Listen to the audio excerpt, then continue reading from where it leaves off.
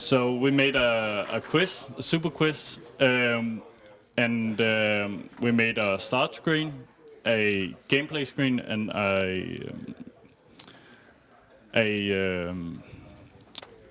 another screen when someone wins, a win screen we can call it. So here we see the gameplay screen where we have the timer at the top left and points from each controller. Each controller has a color on it, and the color matches the points. So red here has 0 points. Then we have the question box and the answer to the questions boxes down, where we have seeded it from 1 to 4, which matches the buttons. And yeah. As the game begins, we're going to have to display some questions. The quiz is not really a game without its questions. And we do that by reading from an SD card, which has a TXT file with all of our questions in. We have around 50 plus questions. Those are separated by a dollar sign. So we make a separated file, and at the end of each question we put an exclamation mark, so we begin the next question and all of its answers. When we load it in the quiz, we load the whole question and all of its answers at the same time. We try to make a bunch of different questions, different categories, like one with numbers and normal trivia questions.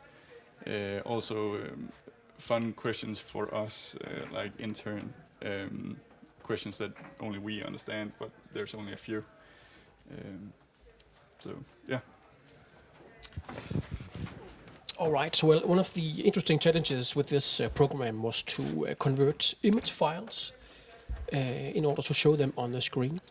And to do that, we used another program called MATLAB, where we had to convert these images. So basically, an image is a number of pixels, and each pixel contains values for the 3 basic colors: red, green, and blue.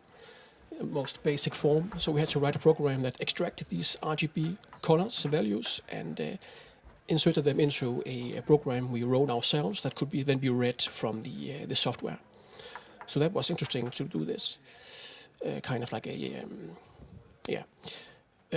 we have several images in our program, Hans Pilgaard there, as we can see, but also each letter is an image in itself. So we have a huge file on the software that contains a lot of images, one for each letter. And then later it was a challenge to write the programs that could use these letter images to write sentences on the screen. That was a kind of fun challenge there. And like Jan said, we used each image and we made a function for each bookstyle and letter. We made a function where we said where there's some parameters where we set the x and the y equal to where we want to put the letters, and the same with the boxes, where we made a function who also has an x and a y function and the color we want to make it. Right. So very shortly about the input system of the game. The game is controlled by essentially 5 buttons and a switch, which are read over a general purpose I/O device, reading from a specific memory mapped address. And the very simple function is basically making the process which runs when an interrupt is received, making that as lightweight as humanly possible, so that we can constantly update timers, random number generators, and the such.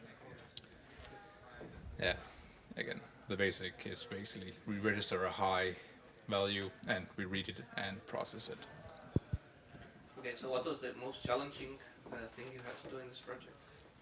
getting the interrupt handling processes as lightweight as possible to constantly be able to update the timer, random number generator, and do it on the screen with as little lag as possible, delay as possible.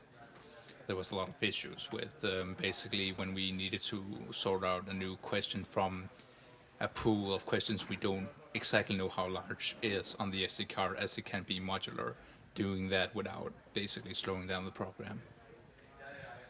Okay. And what about the thing you are most proud of? Yeah, the speed of the game, and that we are able to have 4 players playing at the same time, and not distracting the program while playing. Can we see just a few seconds of play? So with 3 Yeah. players or something, so more than 1 player. Yeah, sure.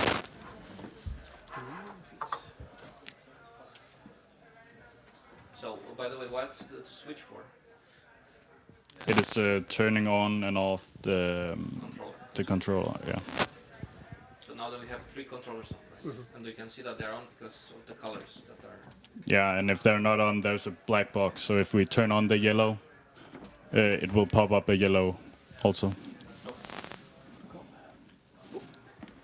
So let's play. All right. And we can see if we answer the question correct, the question becomes green and gives us 10 points to the player who buzzed in. You have to buzz in to answer a question. If you answer wrong, Like now, for instance. the question becomes red and you get -5 points. And to win the game, you have to get over 60 points. And on the side of each player, you can see the number of points, right? I mean, in those boxes, color boxes. The color boxes is the points, yes. And you can see this little pink box, which is who buzzed in. So you can see who buzzed in. And none of the other players are able to buzz in when the pink What box. about the LED on the box? What's that for?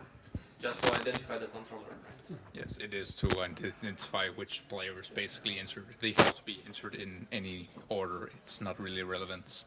So, for example, if we are to turn off the red, there is, yes, and if we turn off the green and then turn on the green again, it will appear in the start. It will be reset with points and stuff, but it can be entered in any order. Okay. And at any time in the program. Yeah.